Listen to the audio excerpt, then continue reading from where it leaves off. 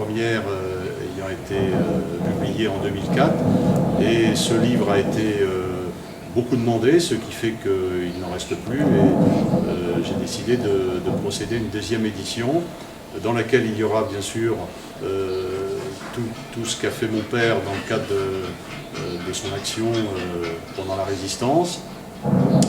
Ça sera conservé intégralement, comme dans la première édition.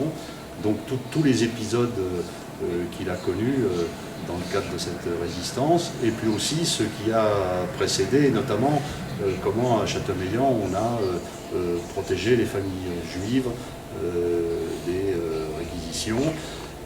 Et dans cette nouvelle édition, j'ai souhaité qu'on rajoute le programme du Conseil national de la résistance, parce qu'il est aujourd'hui complètement d'actualité, puisqu'il parlait beaucoup de justice sociale, et que c'est totalement actuel en ce moment.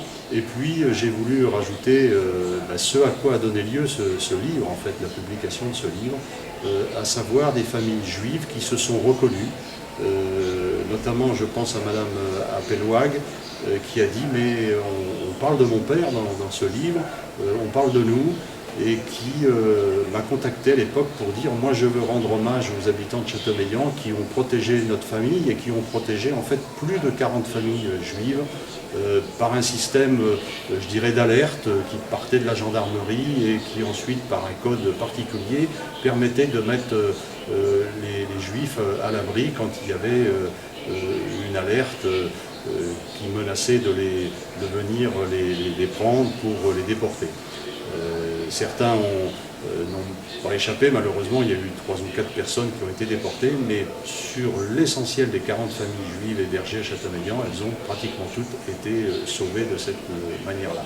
Donc j'ai souhaité que ça puisse apparaître à la fin de ce livre, avec la magnifique intervention d'Ida Appelwag au conseil municipal de Châteaumeillan pour dire voilà, j'ai préparé le texte d'une plaque, je souhaiterais qu'elle soit apposée à Châteaumeillan pour dire merci à ces habitants qui nous ont sauvé la vie. Oui, alors bien sûr, cette première édition, il a été financé par ma mère. Mon père était décédé et avec ma mère, on a décidé de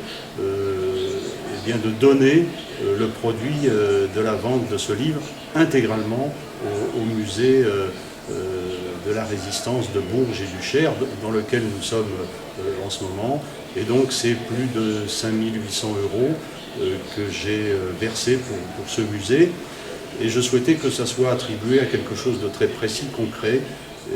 Et les responsables de l'association des Amis du Musée ont dit eh bien on va l'utiliser pour les CD-ROM qui iront en direction des collèges et des lycées du département. Et ça m'a beaucoup intéressé comme idée, le fait que ça serve à financer des CD-ROM pour les jeunes générations.